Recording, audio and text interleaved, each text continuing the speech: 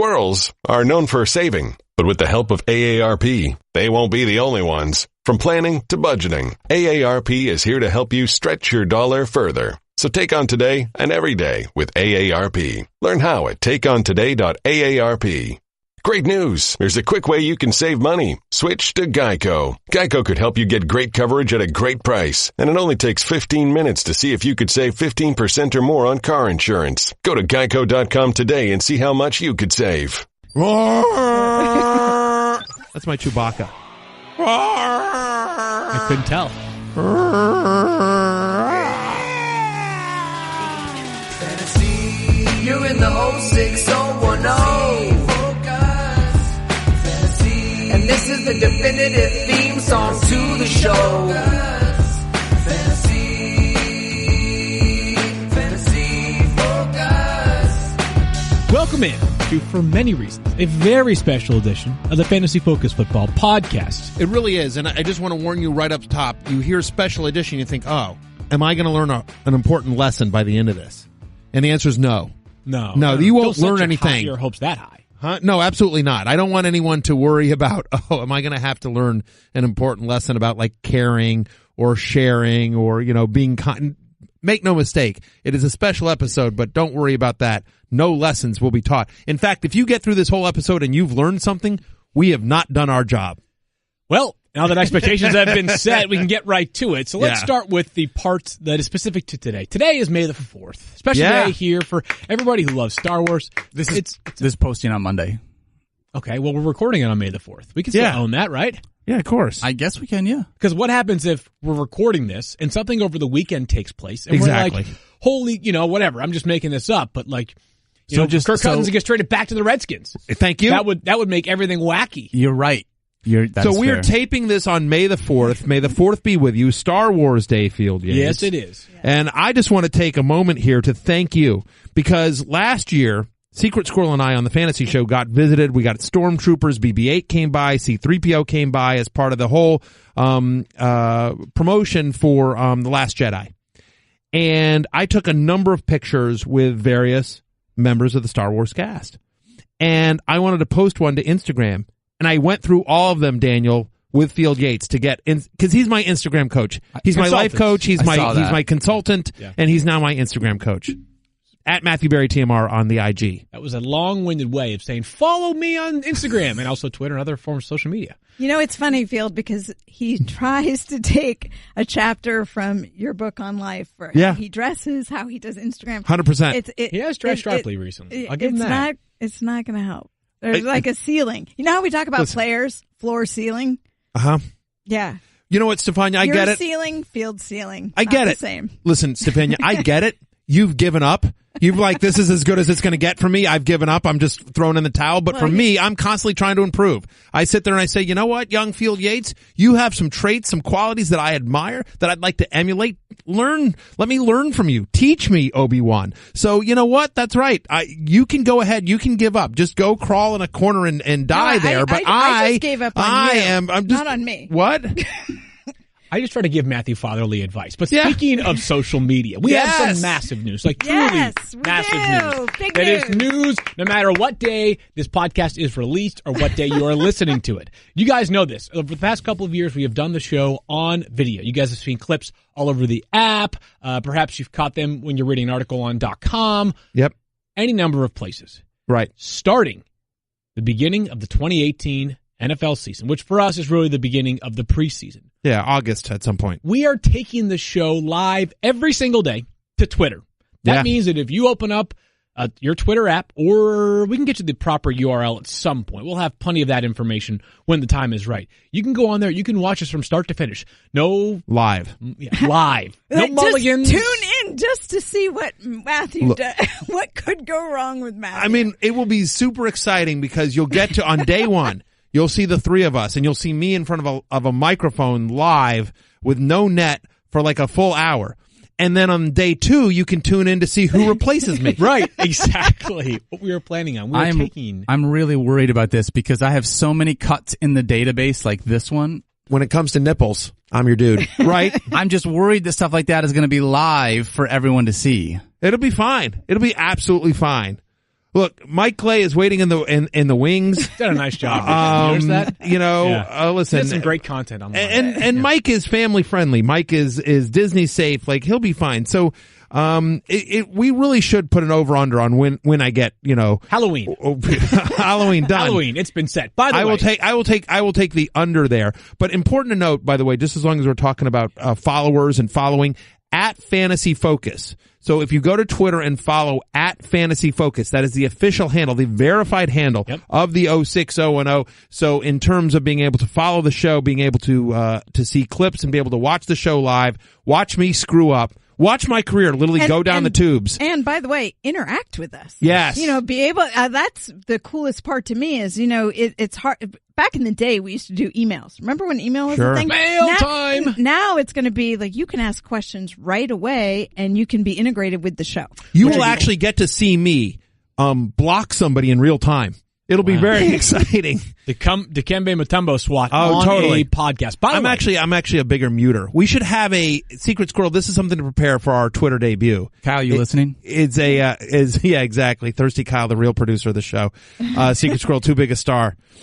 Too busy hobnobbing with Katie Nolan to be down with the likes of us. But we should have some sort of mute sound effect so that when we mute people. But to Stefania's point, what if we just all went silent?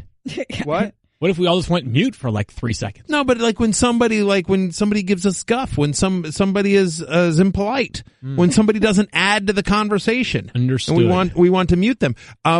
The fact of the matter is though, to Stefania's point, this will be great. It's, we're not just throwing the show on Twitter. The show will embrace all the things that are great about Twitter in terms of the interactivity, the immediacy, and the ability for us to react to you guys, for you guys to ask a question about something we're talking about and us to expand further, or us to talk about a topic that we didn't get to, news of the day. I think fans, right? Yeah, exactly. And by the way, we need to make this abundantly clear. The podcast will still be a podcast. We're not going anywhere from an audio standpoint.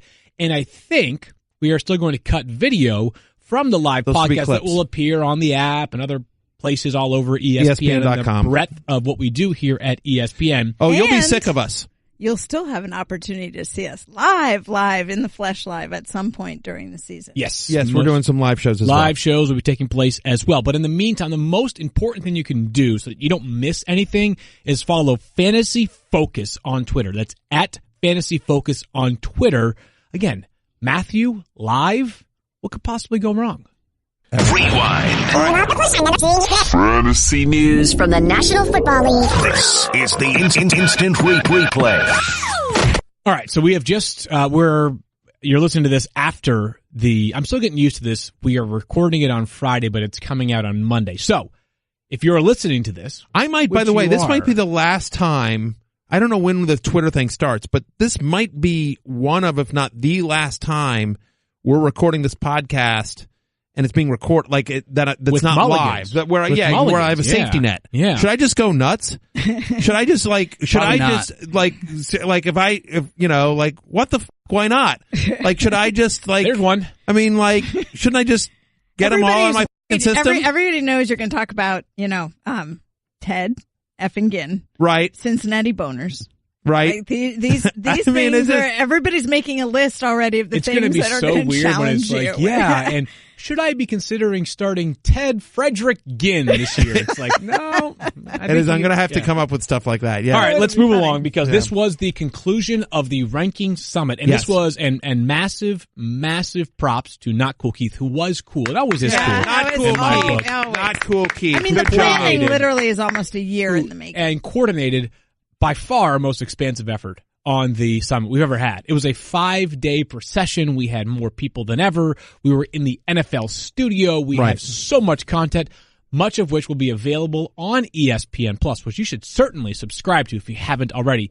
Money well spent. Yeah, and you can subscribe for free. You can the free trial right now. So it doesn't cost you anything, and you can check out what we're doing there. We'll talk about that coming up later in the show. But the point of the matter is that the ranking summit, if you're unfamiliar with this is a company wide effort, as Field noted, put together by Not Cool Keith, where not just all the fantasy staff that you know. So in addition to Field and myself and Stefania and Mike Clay, it's Eric Carabell, it's Tristan Cockcroft, it's Casey Joyner, it's Mike Sando, Jim McCormick. Yeah, I mean, so Tons of people. Everyone that contributes to ESPN Fantasy in one way, shape, or fashion. Kyle Soppe, John Parolin, Mackenzie Kramer, a lot of our researchers there. NFL Nation guys like Dan Graziano, Jordan Renan, Courtney Cronin, Mike Triplett. Mike Reese, the great Mike Reese. So tons of people getting information from all sorts of things. We all get together. We all share information. Here's what I'm hearing about this player. Here's what I think about this player. This is what I've researched. This is what I've seen on tape. And we all get together and we debate and we argue, and we at the end of it, after a week-long process, we come up with the official ESPN rankings. And so those are now released. Yes. You can see them in the game, by the way. You can sign up to play at ESPN.com for free. You can sign up your league. You can mock draft. You should do that. You know, of course, I'm a company man. And I like the new layout, the drafting room. It's very user friendly. It's a kind of a snazzy new room, so you're going to want to check all this out. So this podcast will be dedicated to sort of the major takeaways and some of the heated or maybe spirited conversations that we had over the past few days. The reactions. So let's begin by talking about quarterbacks. And I think that part of this is going to be about how you approach the quarterback position from a strategy standpoint. There were 17 separate quarterbacks who garnered a ranking by an individual inside the top 10. So our consensus ranks obviously reflect 10, but 17 different players received at least one top 10 vote, if you will, or one top 10 rank. Right. Just to clarify that one more second, basically there's a group of us that were the ESPN rankers, a lot of the names I just mentioned and some others as well. And so we all came into the summit with our own individual rankings. And so of those individual rankings, 17 different people or there were 17 different quarterbacks that received at least one top 10 vote from somebody who is a smart, knowledgeable fantasy analyst for ESPN. So it just goes to show you the depth of the position. So the point is this, I guess the strategy is this, is we have long preached patience at quarterback in your draft room. As a matter of fact, it was reflected during our mock draft, which again, you can find on ESPN Plus, where people were waiting until 7th, 8th, 9th, or 13th round. I was planning on waiting, and then in the, with the second pick in the 7th round, Russell Wilson was still there. And so I went with Russell Wilson, and yet still people, I think, Mike Clay got Kirk Cousins in like the second to last round. 15th round. Yeah. Yeah. Kirk Cousins, 15th round. So Drew Brees went like in the 10th or 11th. So the depth. I can wait, and when you think you've waited too long, wait 2 more rounds. Right. It's such a crazy amount of depth at the position.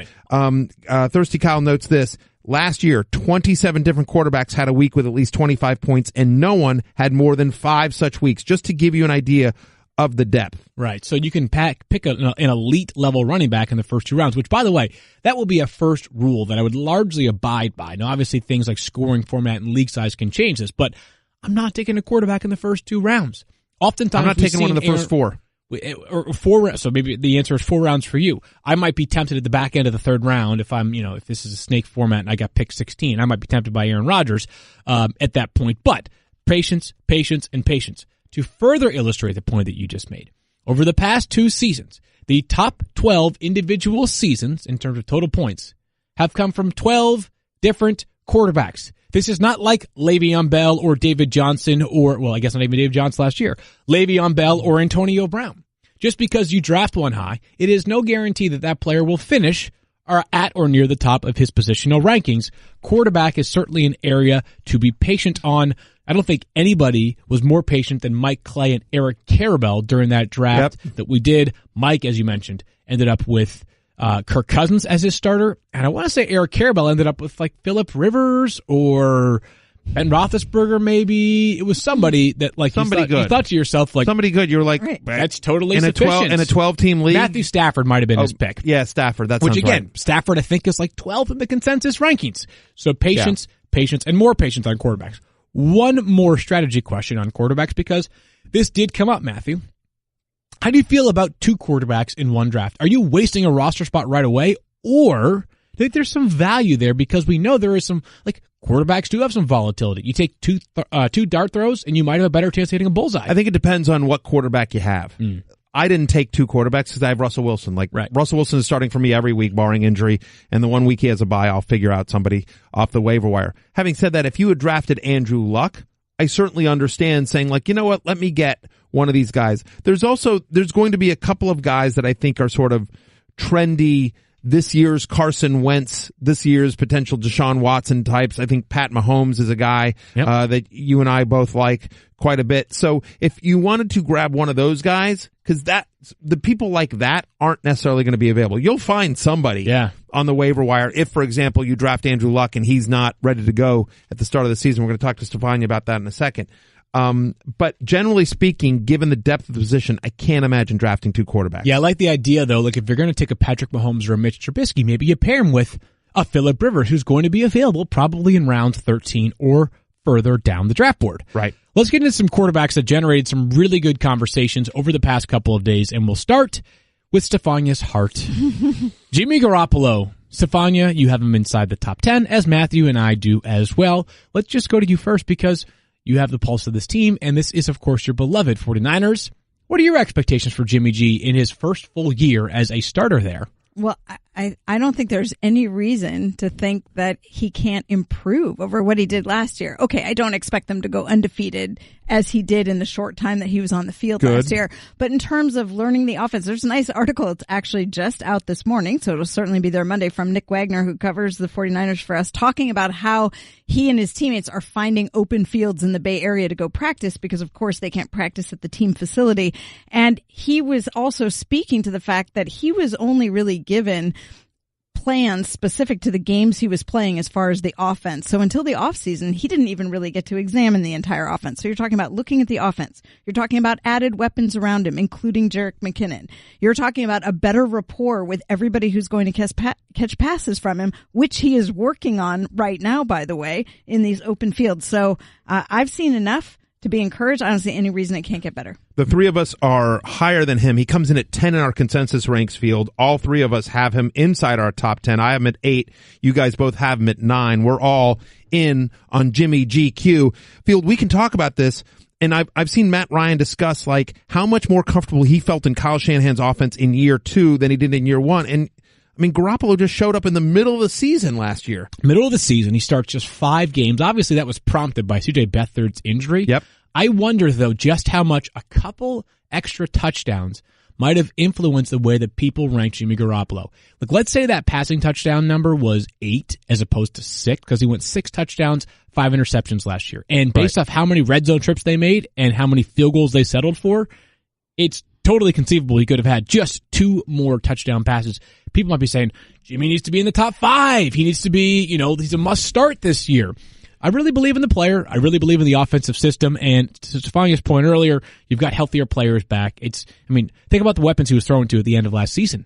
Behind a makeshift offensive line. Marquise Goodwin was his number 1. Yeah. And by the way, it's not just, so you get Pierre Garçon back. It's not just Jimmy Garoppolo's second year in Kyle Shanahan's offense. It's everybody else's. Marquise Goodwin as well. And so you like George Kittle and Trent Taylor, some young players as well, developing as well. Just to give you some numbers here, Jimmy Garoppolo started 5 games last year.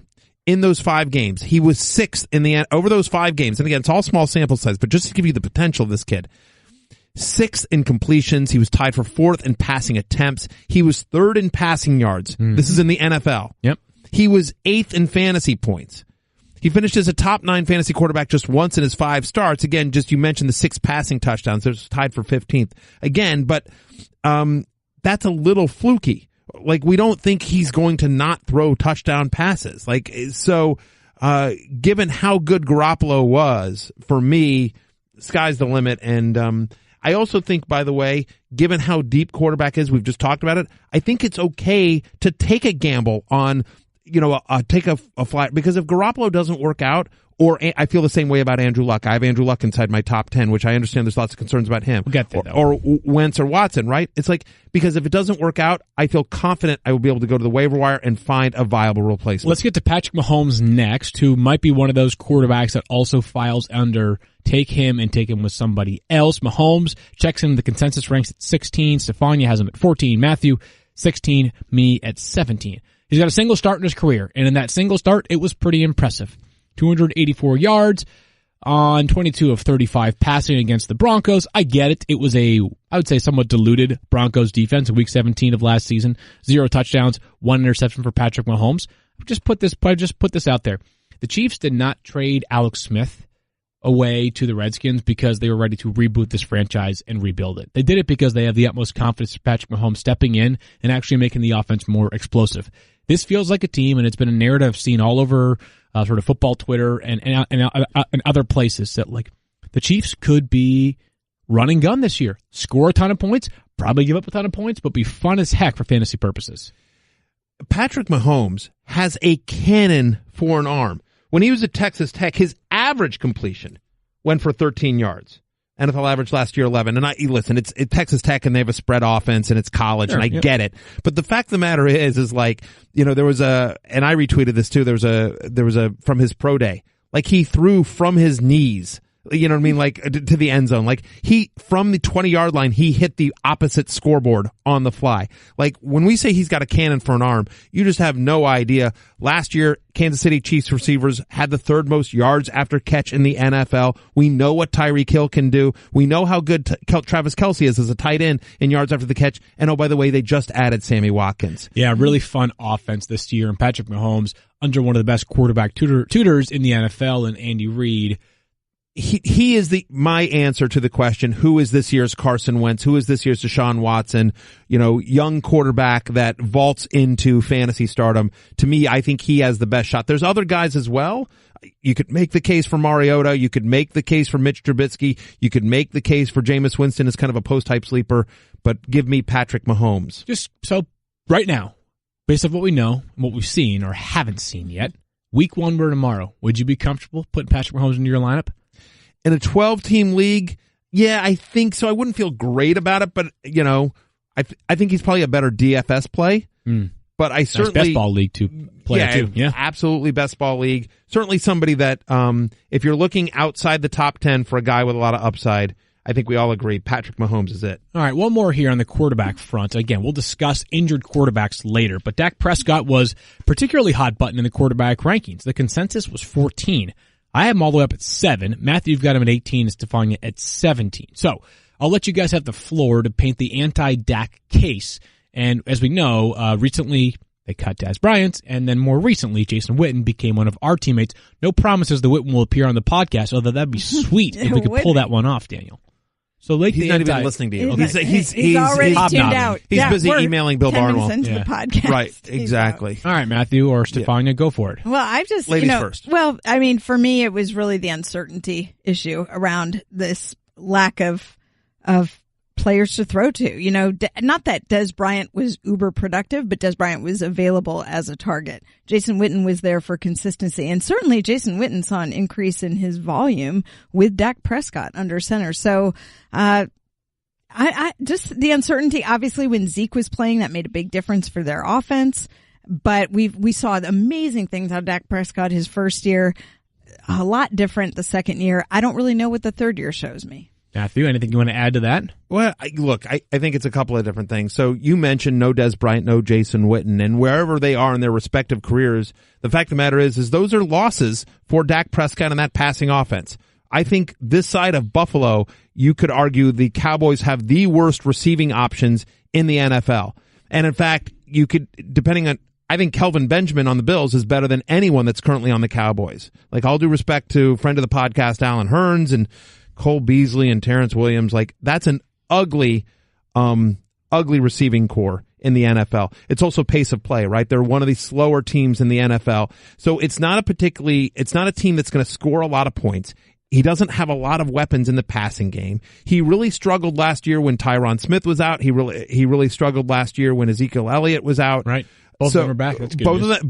Both of them are back, but I don't know that you can necessarily count on Tyron Smith to play all 16 games. My expectation is this team is going to be one of, if not the most run-heavy team in the NFL. And to me, the best thing you can hang your hat on with Dak is the rushing touchdowns. Right? I mean, he's had 6 each of the last 2 years. Over the last 15 years, the only other quarterbacks with 3 seasons of 6 rushing touchdowns are Cam Newton and Tim Tebow. So does Dak Prescott become only the third quarterback in 15 years to have 6 rushing touchdowns in 3 straight years? Yes. He couldn't. He could. But for me, I just think there's not a ton of upside there, and there's certainly some downside.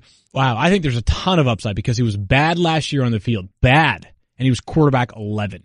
He was good the year before, and he was quarterback 6 for fantasy scoring. Now, you talk about the lack of weapons, and I get it. That's all makes sense. Last year, the weapons were bad. Again, quarterback 11 last year. Dez got 54.5 yards per game all the way through week 7 of last year. So basically a modest factor in the offense. Not a massive factor, not a non-factor, a modest factor. Dak was quarterback 1. All right. Zeke went out, I believe, in week 9. Right. But Dak was on his way to carrying your roster once again through the first 7 weeks of the season. The whole Cowboys campaign fell off the rails when Zeke got suspended. That much we all know. But I just think the return of Zeke, the return of Tyron Smith, and they'll figure it out with the weapons. We talk about avenues for quarterbacks to score points in fantasy football. Dak has many of them. I think it's going to be a stud. I think they will figure it out. I don't think I want to wait for them in fantasy while they figure it out because I think it's going to take a while. Especially given how deep the position is. Real quickly, just to point this out, over Dak's career, 2 years obviously, over 40% of his career passing yards, over 46% of his passing touchdowns, and over 40% of his completions have gone to Dez Bryant and Jason Witten. So when they're on the field, of course you're going to throw it to them, but they're not there anymore. So I understand, but that is certainly a hole. Worth noting, by the way, I just want to clean up a stat that I gave. I said it wrong. Cam Newton, Dak Prescott, and Tim Tebow are the only quarterbacks that have rushed for 6 touchdowns in consecutive seasons, not 3 in a row, just consecutive seasons. Dak has done it as well each of the 2 years, so you'd need him to do it 3 years in a row. We know rushing touchdowns by quarterbacks are a little fluky. More talk about running backs, wide receivers, and injured quarterbacks coming up next after this quick break. I just saved hundreds of dollars by switching to Geico. I feel like a whole new person. Disclaimer, you will not become a whole new person. This is impossible. You might be able to join a gym or diet program, buy a new wardrobe, get hair implants, but your DNA and physical form will remain the same. Geico waives any and all liability if you attempt to become a new person, except a cyborg. If you choose to become a half-human, half-cybernetic organism with lasers for eyes, the Geico legal team would be cool with that because, quote, laser eyes are pretty sweet. Pew, pew, pew, end quote. Geico. 15 minutes could save you 15% or more. It's a normal day. You're rushing out the door to get to work on time when suddenly, there it is, the dreaded service light. So what is it this time? Tire pressure, low coolant, time for an oil change? When it comes to service lights, head to Jiffy Lube. We've got you covered. Drive in today and make the switch to Pennzoil. Ask for Pennzoil Synthetics, getting you back on the road in a jiffy. Jiffy Lube, leave worry behind. You're in the 06010. Fantasy focus. All right, we're back, and of course, I just want to apologize, Field. I didn't mean to beat you down so bad in that Dak Prescott argument. I feel like Stefania and I looked at each other and were like, that was cruel. I mean, I meant to beat you, but I didn't mean to beat you into submission that way. I didn't mean to make you feel question your own humanity and everything about your existence. So I feel bad. I want to apologize. You made some good points. Anything else it was I can okay. say? Anything else? No. It was. I just want you to feel good about it. I just want you were good. Thanks, Daddy. Appreciate that very much. Let's talk about running backs because, of course, we know they move the needle most in fantasy football. Finding an elite one can carry your team to the playoffs. Missing on running backs early can, doom you. There will be no running back that will be discussed more in fantasy football up until Labor Day, when many drafts take place, than Saquon Barkley, the number 2 overall pick in the NFL draft just about 10 days ago, the New York Giants' new centerpiece. He came in at 7 in the consensus ranks amongst running backs. Matthew 5, Stefania 8, me 6. I'll be honest, the summit, in one way that's valuable, is allows you to reset or manage expectations on a player. And I grew more confident in Saquon by the end of the summit, only hearing from people like Jordan Ronan and others who felt as though, despite a bunch of other backs in New York's backfield, it's going to be the Saquon show. So a couple of things, just talk historical just about rookie running backs, right? In the last 3 seasons, 8 different rookie running backs have had top 10 fantasy finishes with at least 2 top 10 running backs each season. A rookie running back has led the NFL in rushing each of the last 2 years. Kareem Hunt last year, obviously Ezekiel Elliott in 2016. I think just having the starting running back in a Pat Shurmur offense is fantastic, right? You think about last year in Minnesota with over 100 targets. Two running backs last year for the Minnesota Vikings. They were top 6 in rush percentage and red zone rushing percentage. If you think about what Pat Shurmur has done, whether it was in Philadelphia or in Minnesota, and the fantasy production of those running backs. Now you get a guy like Saquon Barkley, who caught 54 passes in 13 games at Penn State, who is such a good pass catcher, who's also, by the way, a big guy. You're not pulling him at the goal line. Could Jonathan Stewart vulture some touchdowns? Of course. But the fact of the matter is he's not a guy that you feel like you need to pull. So he is a true every down back, and you think about this offense field with Evan Ingram and Odell Beckham and Sterling Shepard, like you can stretch the field. And so to be Eli's dump-off option when you're sending those guys, Odell Beckham is still going to be the focal point of the defensive coordinator's game plan there. So given the volume, given his talent, given the offense with Pat Shurmur, he's actually my number 5 running back this year. Certainly feel comfortable. In PPR scoring. Feel comfortable with him at the back end of the first round by that logic. For people that are concerned about Jonathan Stewart and the point that Matthew made about vulturing touchdowns, I took a little bit of solace in the fact that last year the Vikings paid even more money to Latavius Murray than the Giants did to Jonathan Stewart, and I was weary of the idea that Dalvin Cook's value would be slightly mitigated by Murray's role, and he was injured out of the gates going into last season, but still, until Cook got hurt, Latavius Murray was essentially a non-factor. Yeah. Every year we peg players that could be busts, and unfortunately, some players are so good that the risk of busting still makes them worth drafting high up in the order. I think last year probably the trendiest bust potential pick was Jay Ajayi. You don't want to see him fall into the 5th round. At the same time, if you're taking him at the back end of round 2, you're still saying to yourself, all right, I'm kind of, I'm crossing my finger, taking some Pepto-Bismol after I make the pick. Are there any concerns this year about notable busts and specifically sophomore slumps, Matthew? Because you just gave us those numbers that suggest rookie running backs have been really good over the past 3 years. How have they fared in year 2? I don't know that I would use the word bust. But I do think that some people might see. So I have Alvin Kamara at 8. And I'm the lowest of the 3 of us. Stefania has him at 5. You have him at 7. And the consensus is 6. So I came in lower than the consensus. I think he's a phenomenal player. I think he's a true talent, and obviously it's a fantasy-friendly offense in New Orleans, and Sean Payton in the second year, knowing what Kamara can do, is obviously going to design some stuff this offseason to take advantage of him. My concern is, though, just the regression of his touchdown. He scored on 13 of his 201 touches last year. That's basically at 6.47% of touches. The NFL running back average is 2.85%. I mean, he could have a very good year and still regress in the touchdown field.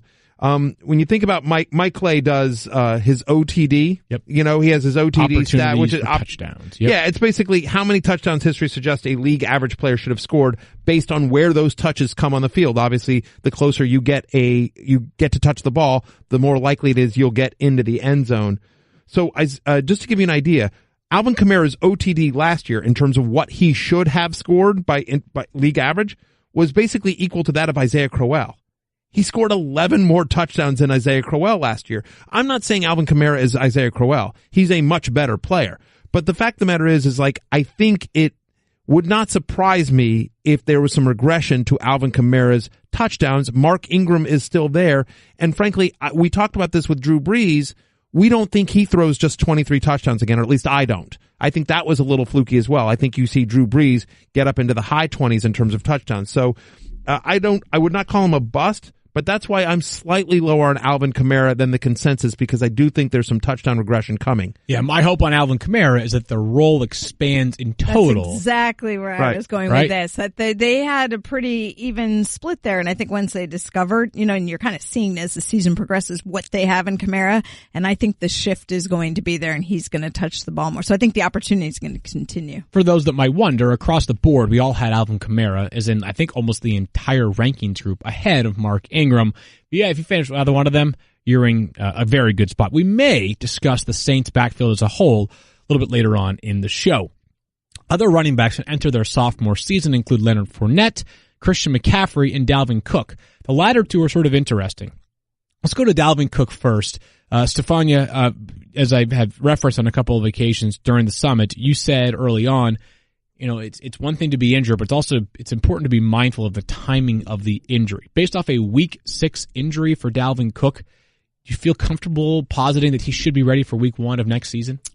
He had surgery in October, so he has had a long time. We saw with guys who were hurt in the preseason or when you get into the preseason first 2 months, you really have nearly a year to get ready in that 9-month window. 9 months is about the average for recovery from an ACL. So when you're looking at 9 months, you feel pretty good. Obviously, until they get out there, you're not 100% sure, but certainly we've heard good reports about how he's progressing. Started off a little slowly, but he should have ample time to be ready for the season. And talking with Mike Zimmer at the Combine Field, question came up about, hey, because Latavius Murray had played so well, was it going to be kind of a split? And it was like, he'll be involved, but no, the expectation is Dalvin Cook would still carry the load. He's going to be a main guy. This is not a running back by committee. It's going to be Dalvin Cook's job. Christian McCaffrey was an interesting player because he performed well for fantasy purposes last year. RB10 was his final finish. How about this? Christian McCaffrey was a big play waiting to happen in college. Didn't have a single carry of more than 11 yards until November of last season. Matthew, none of us are super low on Christian McCaffrey, but you are particularly high. You seem to think that he could be in for a blossoming second season. He averaged 55 rushing yards per game last season. Let's pretend he gets half of Jonathan Stewart's red zone touchdowns. Like last year, Christian McCaffrey had only 5 touches inside the 5-yard line last year. Jonathan Stewart had 16. That was 4th most in the NFL. Do we expect all those to go to Cameron Artis-Payne? I don't believe so. Christian McCaffrey, 11 catches in the red zone. He had 6 touchdowns. He's very efficient. Obviously, you've got Cam Newton, who's always a threat to keep it himself when they get in close. But the fact of the matter is that if you just give Christian McCaffrey you don't have to give him all of Jonathan Stewart's work, but just give him a slight percentage of that, he easily vaults into the top 10. By the way, spoiler alert, he was a top 10 fantasy running back last year. I have him at 9. Frankly, I'm worried I'm too low on him at 9. And yet, to your point, the consensus was 12. You guys both have him just outside your top 10 as well. For me, since 2001, the only rookie running back with more catches than Christian McCaffrey, Reggie Bush, and Alvin Kamara. He had 81 last year. McCaffrey had 80. Reggie Bush had 88. I don't know. For me, I think you think about what Norv Turner does well. Yep. Offensively, it's getting the ball to his running backs in space, figuring out different ways to throw. I mean, I think McCaffrey increases his touches this year, increases his red zone work, gets a handful of more touchdowns. All right, that's good stuff there. Let's get to the running backs by committee to keep an eye on this year because, as we know, it's one thing to have an undisputed workhorse running back in your lineup. It's another to have a running back who splits carries with another prominent player. In Tennessee, we know there's going to be Derrick Henry and Dion Lewis. I'm not sure if it really matters who the starter is because they're both going to play a ton. Derrick Henry checks into the consensus ranks at 20. Dion Lewis checks in at 25. Each one of us have them ranked, Henry first, Lewis slightly behind them. The case, I guess the question for these two players is, Matthew, is do you believe that both of them slot comfortably as a starter every single week? Like if you ended up with both of them, it's not going to be a matter, is it going to be a matter of choosing between the two, or is it going to be a matter of setting it and hoping for the best? I think more the latter. I mean, I don't have them. I mean, I have Henry at 22, I have Lewis at 25, so I don't have either as a starter in an ESPN Standard League, which is 10 teams, 2 running backs. But they're right there. They're both viable flex plays. We have Henry over Lewis just because obviously we think there's more touchdown potential with Derrick Henry. Matt LaFleur, who's the new offense coordinator of the Tennessee Titans, comes from the Rams under Sean McVay. Rams 5th in rushing percentage inside the 10-yard line last season. They got in close. They like to run. Now it helps when you have Todd Gurley. Sure. But the fact of the matter is that Derrick Henry's a big boy. Like the whole point of Derrick Henry is getting in close. And, it's Cameron Wolfe, who covers the Titans for us, does such a great job, said, talking with Dion Lewis, he's like I'm small, but I'm not little. Or I'm little, but I'm not small. What was the quote exactly? And Mike Reese said, I'm little, but I'm not small. I'm little, but I'm not small. Maybe I'm smaller than little, but bottom line is they play bigger than their stature, right? Absolutely. Yes. Dion Lewis, he's not just a scat back. He's not just a pass catching back. He's a guy that can go between the tackles. Obviously, the Patriots used him a lot that way. You have a number of people that, obviously with head coach Mike Vrabel, general manager John Robinson, there is a New England connection there in Tennessee. They're familiar with Dion Lewis and what he can do. There's a reason they went out and got him. I think both guys behind one of the better offensive lines in the NFL are going to get a lot of work. You just mentioned the Patriots, and let's go to the Patriots backfield because they've got like 18 guys now. I mean, seriously, they've got Rex Burkhead, they have James White, they signed Jeremy Hill. Mike Gillislee for now remains on the roster, but they used a first-round pick on Sony Michel, 31st overall. He checked in at 27 on the consensus ranks. Sony Michel, Stefania, fun guy to watch. If anybody watched an ounce of the college football playoff, you remember him, number one for Georgia, because he was all over the field. All over the field. And look, the Patriots always have 50 running backs on their team, and yet every year all 50 manage to be productive. And I think we also see it sort of plays out in training camp. You get ideas, and last year it looked like Mike Gillislee was going to be a thing, but then he had injury issues, so we saw the emergence of Rex Burkhead and whoever else they had lining up in the backfield. So I think our rankings reflect the fact that we think all three of them are going to contribute. But Sony Michel is certainly the one with the buzz, right? Yeah, most pass-catching ability of that group. And you're going to say to yourself, no, James White had, 14 catches in the Super Bowl just a couple of years back. I think just from a big play ability in the passing game, Sony Michel is the optimal option in that Patriots backfield. The reason why I think all of us didn't have him higher, like maybe even to the top 20, would be A, the split workload, and still, I think Rex Burkhead might present the Patriots' best goal-to-go option of the players that I am confident will definitely make the roster. Jeremy Hill might be a better finisher at the goal line than Rex Burkhead, but I don't know if Jeremy Hill's going to be on this team next year, Matthew. Yeah, I mean, certainly he has the trust of Tom Brady, which is helpful. Sony Michel could be. One of the concerns of Sony Michel coming out of college was the fumbles. And obviously you know how Bill Belichick feels about that. Having said that, if he earns Tom's trust, if he gets into the goal, I mean, if we're here a year from now and say, hey, wow, Sony Michel had 12 touchdowns last year, is anyone going to be shocked? Remember, Patriots led the NFL in red zone rushing attempts last year. When they get in close, they run a lot more than I think people realize. Yep. So, look, the offense is so productive. They improved their offensive line. Sony Michel, Rex Burkhead, James White, all of them will be productive this year. I believe we all individually and the consensus ranks come in that order: Sony Michel, Rex Burkhead, James White. I'm making sure we have that correctly. Just so you know, that is correct. I have Michel at 27. Stefania has him at 26. Field, you have him at 24. We all have Burkhead in the 30s. The consensus on Burkhead is 31, and James White comes in. I actually have him at 36 because I do think Dion Lewis, remember 36 targets for Dion Lewis last year. I do think some of them go to James White. Obviously, Michel and Burkhead will catch their share as well. But let's get to the Browns because they too have three running backs people are focused on right now in fantasy. Carlos Hyde was signed to a 3-year contract that when you look at it kind of more reflects a 1-year deal. Nick Chubb goes, I believe, 34th overall to the Browns. Maybe the 35th, excuse me. 35th pick in the NFL draft is Nick Chubb. He was Sony Michel's teammate at Georgia. More of the hammerhead back there, just can carry a massive load.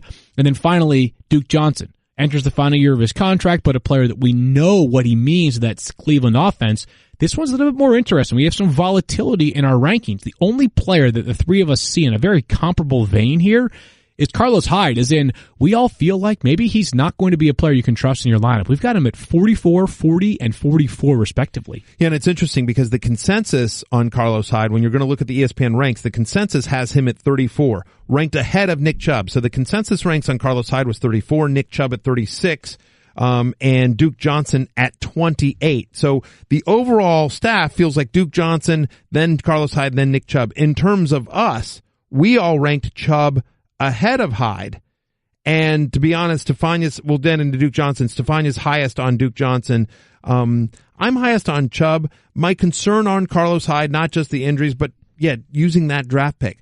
I think all three will be involved, but, Carlos Hyde, who caught almost 60 balls last year in San Francisco, I could see him being used more on third down and, splitting some work, if you will, with Duke Johnson. This one's a tough to call. And honestly, that's why I have all these guys in the 30s and 40s, because you're looking at a three-headed monster on an offense that we think will be improved, but how much improved. We just don't know at the moment. Stefania, you feel confident in Duke Johnson at this juncture, maybe in part because he went to the U. Yeah.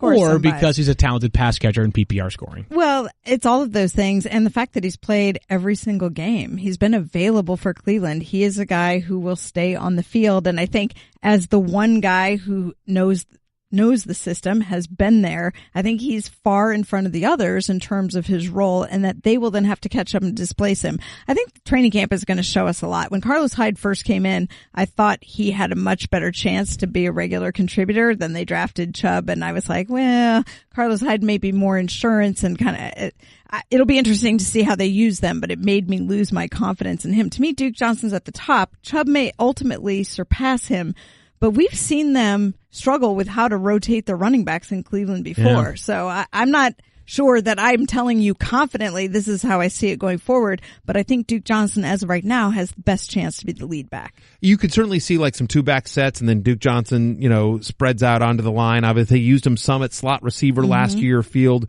Look, it's a good offensive line. Tyrod Taylor, a mobile quarterback, which helps the running. If you knew one of these guys was going to be the guy, they'd be much higher, but because we're looking at a committee as of now, it's hard to trust any of them as anything other than a flyer. I think Chubb has more upside than Hyde, coming off 3.9 yards per carry last year, lowest of his career. In a quick-hitting fashion, Matthew, what's a running back that people aren't necessarily discussing much that you're keeping an eye on? You know what? We talked about him a little bit at the ranking summit, and Jordan Wilkins, I think, is sort of interesting. Stefania, news came out while we were at the summit about Marlon Mack having his shoulder surgery. Yeah, off-season shoulder surgery. Should be ready for the season, but the fact of the matter is that Wilkins, who played big at Ole Miss, was an impressive running back there. I think you could see, I don't feel like he could be, Marlon Mack will be a every down back. The sense that when I talked to Chris Ballard at the Combine, Colts general manager, and asked him about that, also asked Frank Reich, their new head coach, about it, and they were like, I want to study more tape. Obviously, explosive player, need to get the ball in his hands. Don't know that he's necessarily a 3-down, every down back. I'm paraphrasing what I took from that. Worth noting, Jordan Wilkins, last year for Ole Miss, averaged over 6 yards a carry, over 1,000 yards, 9 rushing touchdowns. He's a big boy. I just to put a bow on what you said about Marlon Mack, labral surgery and a running back, not nearly the same as labral surgery and a quarterback. Yes, good news, obviously, that he does not play quarterback because their quarterback has enough injury issues. With the same, and we'll discuss surgery, him in just a little bit. Let's get to wide receivers and perhaps where the rankers got it wrong, at least in the estimation of one of us. Let's begin with Amari Cooper because, Matthew, you are pot committed on Amari Cooper. You got him 15th in your rankings. We have him in the consensus ranks at 23rd. You feel as though John Gruden's comments at the Combine, where he's going to be the focal point of our passing game, were not hollow words. Those are legit an endorsement of what he's going to be.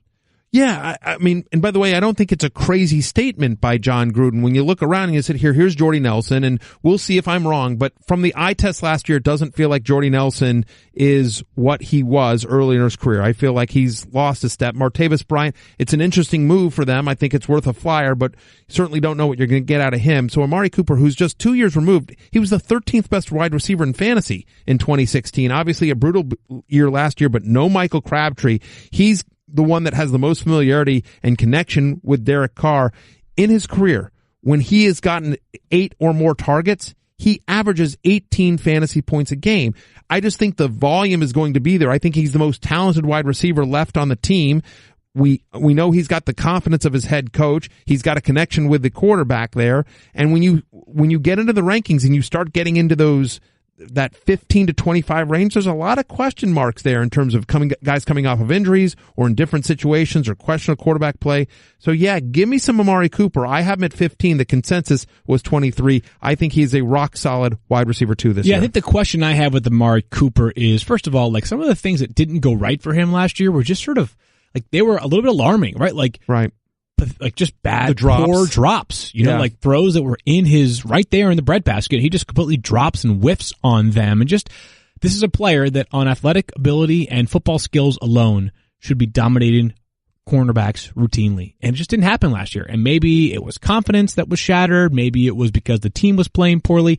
I'm not sure what the exact answer is. Maybe he's kind of like a running back who needs carries early to get in his rhythm, but some of those things were alarming for me. I've got him outside my top 20. I'm not totally suppressing the idea that he could be a really useful player this season, but I think Stefania and I both feel as though we're a little bit lower on Cooper for that reason. Worth noting, still just 23 years old. I don't think people realize how young he is. So quite young. So hopefully maybe more in the NFL, that maturity comes into play and the concentration is there in terms of the drops, and that gets fixed. Amari Cooper is 23. Will Fuller is 23 in my rankings for wide receivers. I see what you did there. Ahead of the consensus ranked, which is 35 That's overall. A pro at work, Stefania, right there. Thank you, Matthew. He did win Host of the Year. Yeah, just saying. That's true. Thank FSTA you. Host of the Year, Field Yates. And Stefania, the Hall of Famer, which is even cooler. What color jacket do you get to become a FSTA Hall of Famer? No jacket. No jacket. No jacket. I might change that one day and try to petition for that for you.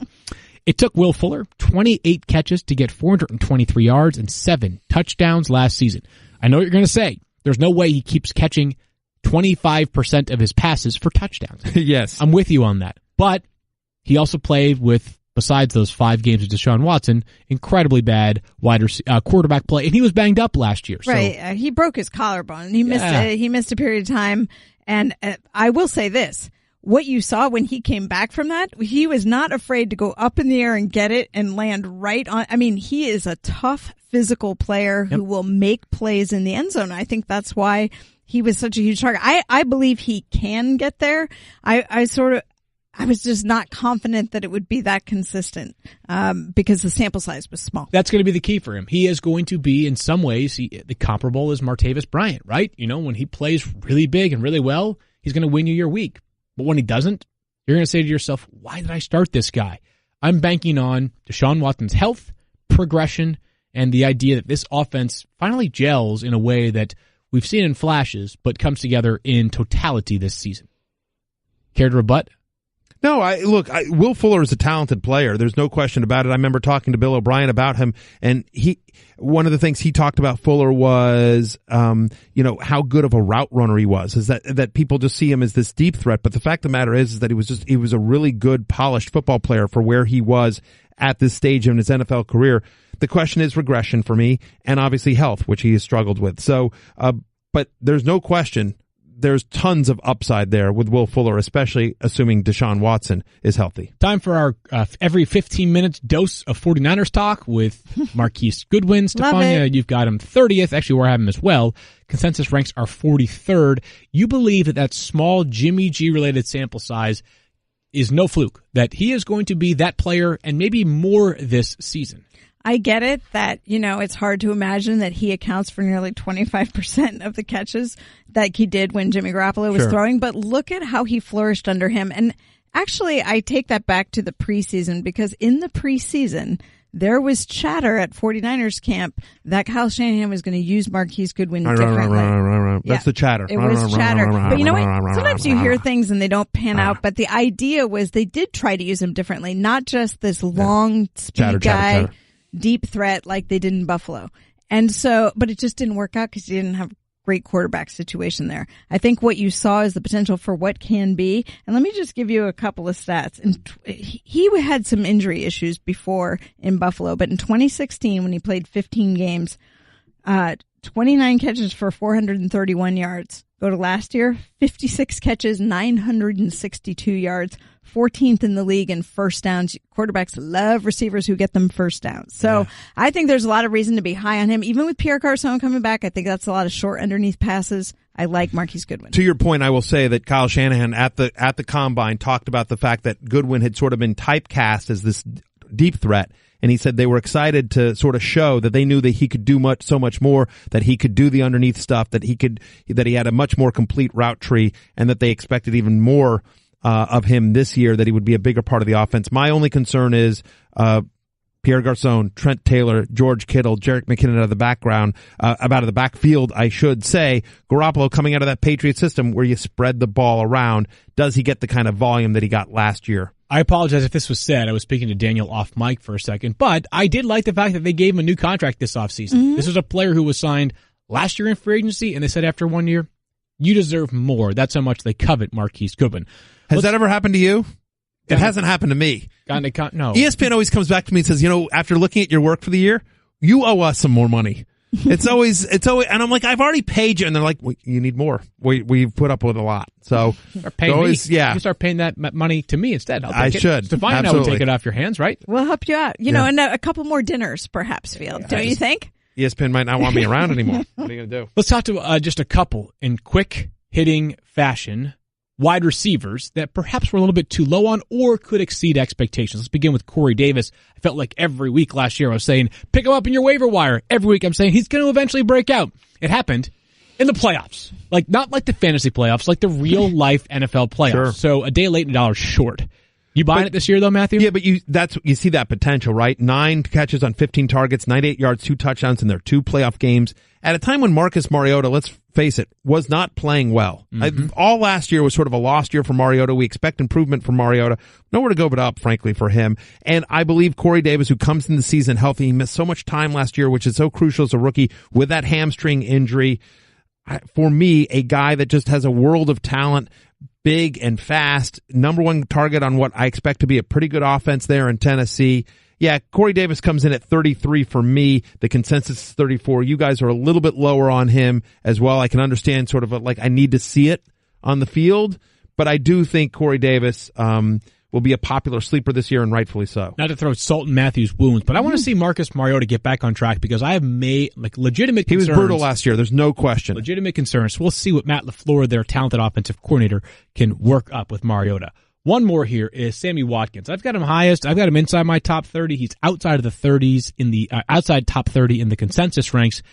Sometimes you follow the money, right? 3 years, $48 million. I'm not talking about you follow the money as a player, although he got paid handsomely. But as much as I've heard the idea that like part of the reason why the Chiefs signed him is to take the top off the defense and allow other players to thrive, they also paid him because they want to have him take the top off the defense and catch 80-yard touchdown passes. But Matthew, you believe perhaps I'm a little bit too high on Sammy. I'm concerned just about thinking about this offense, right? The third option, wide receiver tight end, an Andy Reid coach passing game over the last 15 years has averaged just 7.8 points per game. Now you can argue, sorry, but Sammy Watkins isn't Albert Wilson or some of the other options they've had. So I get that.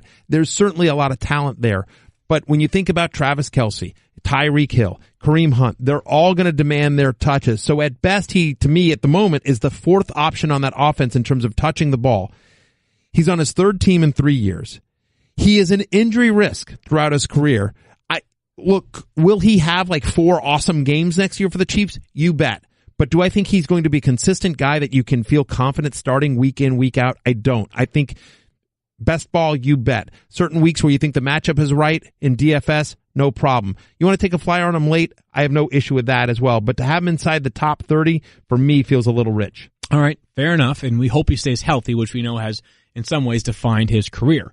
One guy that I thought we were super low on, just real quickly, you and I both agree, Devin Funchess. We both had him higher than the consensus. Again, this is a guy, 17 touchdown receptions on 117 yards. He's 117 catches, I should say, in his career. 6'4". They literally got rid of Kelvin Benjamin to make room for Devin Funchess. And just if you think about Norv Turner, the new offense coordinator of the Carolina Panthers, and what he likes in his receivers over his career, Devin Funchess is it. Let's get to some tight ends, and you know the names at the top. Gronk, Kelce, and Ertz. If you draft any of them, you feel good about it. But other than that, you're sort of chasing upside at this position, right? Because we know there are so few quality options. Each one of us is going to take a player here that we believe has some upside. Stefania will get to a 49er in just a second. Matthew, how about Trey Burton, though? Because I just said follow the money when it comes to a player. The money in Chicago was very good for Trey Burton. Yeah, and Matt Bowen, who is super smart, I highly recommend reading Matt Bowen, former NFL player who does stuff for us here. He's terrific, talks about that move tight end and Matt Nagy's system as well. Remember, when Trubisky became the quarterback last year, 22% target share to the tight end. Trubisky likes the middle of the field. Trey Burton, who is such a talented player, hidden behind Zach Ertz, now gets to become the featured guy. And again, to your point, follow the money. They paid Trey Burton real money. 4 years, $32 million. Stefania, George Kittle, a 3rd-round pick last year out of Iowa, 5th-round pick, I believe, actually, for the 49ers. Athletic, tight end. Like the upside there in year 2. Right, and a guy who's catching passes from Garoppolo. And I think that's really all you need to see. I mean, last year in his 5 starts, 20% of receptions and, over 25% of the receiving yards as a tight end. So again, everybody's going to grow with Garoppolo as he grows in the system. They stumbled in the red zone, but that's an area where George Kittle can make them decidedly better. One last name, just a name. David Njoku from the Browns should be better in year 2. But Stefania, we have to put a bow on this show with injury concerns, and that's right in your wheelhouse. And let's begin with quarterbacks. And let's start right at the top. Andrew Luck, our daily dose of luck. What do we know on him? Well, this is the number one question that everybody has, is what's going to happen with Andrew Luck. And here's what we know. He is not yet throwing a football, which means we don't know what's going to happen when he starts throwing a football. I will say that everybody's more optimistic. Andrew Luck says he feels confident that he will play this year. He took time. He went to the Netherlands. He did some additional rehab. He left the team for a period of time. And, that can be good. It wasn't just the therapy he was having. It may have forced him to really reevaluate how much he missed being a part of the team. He certainly articulated that when he came back. He's been working with a throwing coach in California.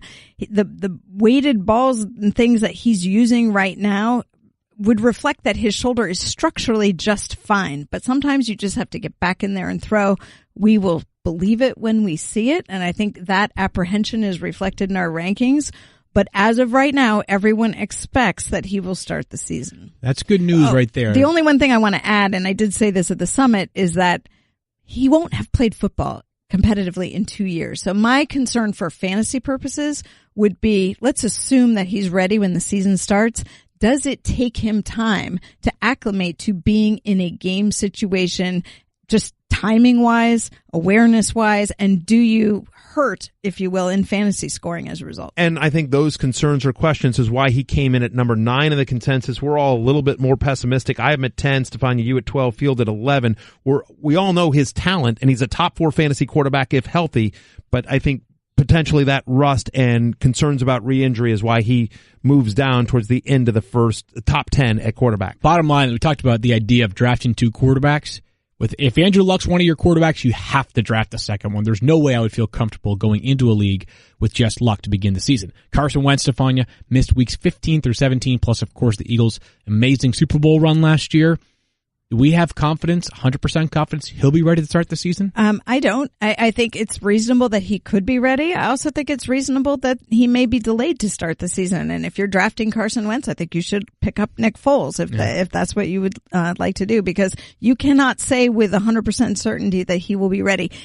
Everybody's lumping him in with these guys who had ACL reconstruction, but he had 2 ligaments repaired. He's a guy who's athletic and mobile and depends on that. The rehab is a little bit slower at the front end because of the LCL. And although he's been nothing but positive, caution for fantasy owners, you won't know until you get into training camp how he looks, and I would not be surprised if he starts late. I wouldn't draft somebody, though. I think if you draft Carson Wentz, just wait until the day before the season starts. And if he's not going to go, then you can... No one's drafting Nick Foles. You'll be able to pick somebody up. So to that point, I would just sort of...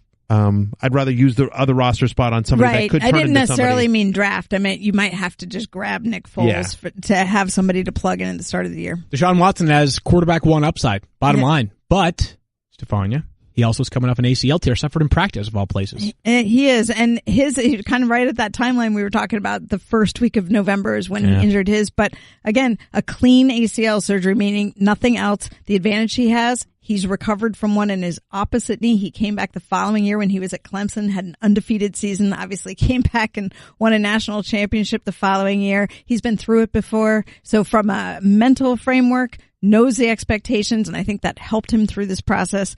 I fully expect Deshaun Watson to be ready to go start of the year. Good news there. Again, the only reason why he's lower in our ranks, and we have him at 5, he's not that low, but 2 things. 1, the injury, and the other thing is just his production in that consolidated sample was literally historic. I mean, if he kept up for 16 games, his final 4 game pace, he'd throw 64 touchdown passes. Believe it or not, that's never been done in a single season. Yet.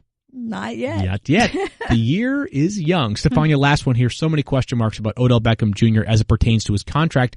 But don't forget, he suffered a major ankle injury last year. That's right. And remember, he had a minor one to start the season. My concern with him is not so much that he'll be ready, because we've seen him already doing some running. He's doing the things you would expect at this point. But training camp is where you get to the high level agility things and you start getting exposure to competition when you get into the preseason. My concern for Odell is after an injury like this, where it essentially happened in contact, his leg getting crushed by another player, you have to get over any type of mental hurdle, if you will, of being in traffic and having a similar injury. And the way you do that is by going out there and guys build confidence by being on the field and having that sort of encounter.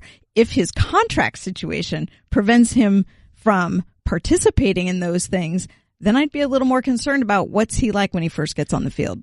Teaser. We actually had him go 15th in the mock draft, which we did, which is available on ESPN Plus, of course. That was surprising to you, Matthew. You were stunned, frankly, to see Odell Beckham fall that far. Because we're drafting in May, and I understand the questions about the contract and, health. He's so good. He's such a difference maker. Boy, oh boy, right. that was shocking to me. Best value of the draft. Yeah, no question about it. Like he fell to pick 10, the third pick of the second round or something 15, like that. Yes, pick 15. Yeah, and it's a 12-team league. So why didn't you take him? I had the second overall pick. I took Le'Veon Bell. If you had been the second to last pick, you probably would have not allowed. If he had lasted all the way to the end of the second round, I'd have taken him too. I thought for sure he would go somewhere in the first round. The fact that he lasted till pick 15 was shocking to me. And look, as we get closer, maybe you lower him, but at the moment, if you're drafting today, you have to assume a big year and a contract year is coming for Odell Beckham. All right, last thing from each one of you. One thing that stood out from the Fantasy Football Summit. Stefania, anything come to mind? Oh my goodness, I wasn't prepared for that. Matthew, question. and you That's have weird. It's just been on the notes since yesterday afternoon. Yeah, you know what? How crazy deep quarterback is. How when you get to a certain position of like quarterback from like 9 to 20. Basically, there's not a lot of difference between them. And frankly, how barren the Dallas Cowboys are. Not to, again, kill you on your Dak Prescott because you barely got your confidence back from the last time. But the fact of the matter is that we ranked our top 50 players. And we did a mock draft, right? So, we did a 16-round, 12-team mock draft. And the only players that were drafted were Ezekiel Elliott and Alan Hearns. Not even Dan Bailey. Dan Bailey wasn't drafted. Cole Beasley wasn't drafted. Dak wasn't drafted. There were more Jets wide receivers because Enunwa, Terrell Pryor, and Robbie Anderson were all drafted. There were more Jets wide receivers drafted than overall Cowboys position players in our mock draft. Stefania, how about you? Now that I had time to get my thoughts together, the rookie running back situation, I think that's what kind of blew me away, was how many rookie running backs we actually think will make an impact this year. Completely agree on that. And again, our massive thanks to Keith for all that he did and everybody involved in the Fantasy Summit. It was an exemplary year. What was our your best big year takeaway? yet. What was your big takeaway? I was going to say that was my big takeaway, was thanking them. Oh, I didn't mean to steal that from you. No, you're good. No. The rookie running backs is a great takeaway. Hey, not cool, Keith. If people want to see now the consensus ranks, will they be posted on ESPN.com? Will the mock draft be there? I know you can watch the mock draft show on ESPN Plus, but where can people find everything we're talking about? You're right on. It's going to be in the app. It's going to be on the vertical. So it's there right now. Once this podcast is out, you'll be able to see it. So ESPN.com or the ESPN Fantasy app, the fantasy section. And again, you can mock draft. You can sign up your league. Or you can mock our ranks. You mock our ranks. Absolutely. Let's do. Have at it. So we'll talk about that. ESPN Plus. Look, you get a free trial. There's a ton of great stuff on Plus, not just some fantasy stuff that we've done over the Ranking Summit, but the entire 30 for 30 library. The Kobe Detail Show, if you're an really NBA sweet. junkie. Which is really Hoops good. Heads. Check that out. So there's some really cool stuff on ESPN Plus. Again, it's free with a trial. Just try it. You can watch some of the Draft Academy if you want to take a look at the rookies that are coming into the league. So absolutely, no doubt about that. Find Matthew on all forms of social media, Matthew Berry TMR, except the Fantasy Life app. He's just Matthew Berry there. Correct. Stefania is Stefania B87. She's verified on Instagram and Stefania_ESPN on Twitter. Me, I'm just Field Yates. We'll talk to you guys, I don't know, sometime soon. May the 4th be with you. Peace out! That's my Chewbacca. I couldn't tell.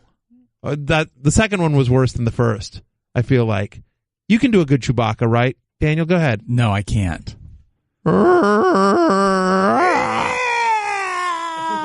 That's sounded like a baby Chewbacca. No, they're all awful. They're all horrible. I'll give that. Do a Chewbacca. Well, that was good. Not cool Keith. Not cool Keith with a mic drop. That has to make it on there. That was good. Mic drop. Yeah. That's the best I got. No, that was good. That's like resume every stuff. now and then Keith surprises me. Yeah, he does. Piece to the out. The theme song of the Fantasy Focus was created and performed by Eric Hutchinson. Check out more of his music at erichutchinson.com. Thank you for listening to the Fantasy Focused Football Podcast. For more great podcasts, listen on the ESPN app or subscribe on iTunes.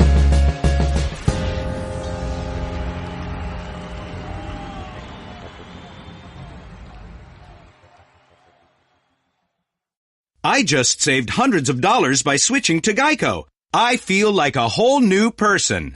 Disclaimer, you will not become a whole new person. This is impossible. You might be able to join a gym or diet program, buy a new wardrobe, get hair implants, but your DNA and physical form will remain the same. Geico waives any and all liability if you attempt to become a new person, except a cyborg. If you choose to become a half-human, half-cybernetic organism with lasers for eyes, the Geico legal team would be cool with that, because, quote, laser eyes are pretty sweet. Pew, pew, pew, end quote. Geico. 15 minutes could save you 15% or